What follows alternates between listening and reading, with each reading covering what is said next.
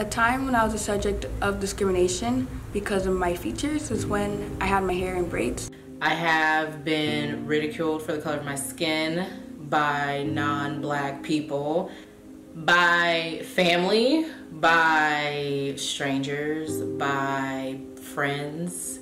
It was more so by black people, to be honest.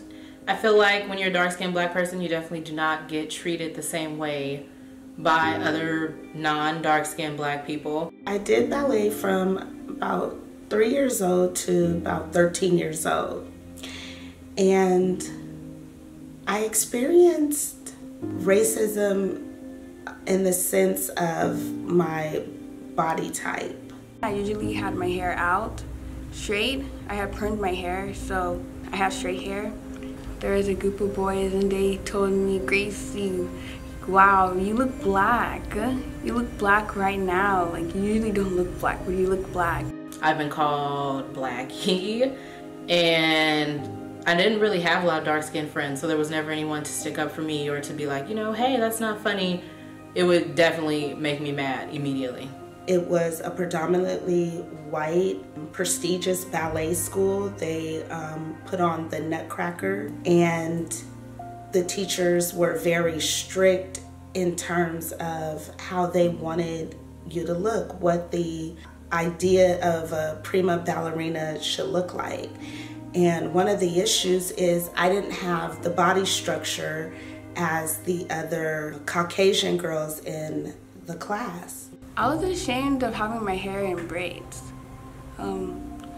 Just to be reminded that having your hair in braids has this perception and that people look down upon it. I felt very different. I really, really felt like I didn't fit in there. And ultimately, I asked my mom, can I quit? Like, I felt like I was a happy kid, but going into that environment, I felt very uncomfortable and that there was no one else that looked like me or could share my experience.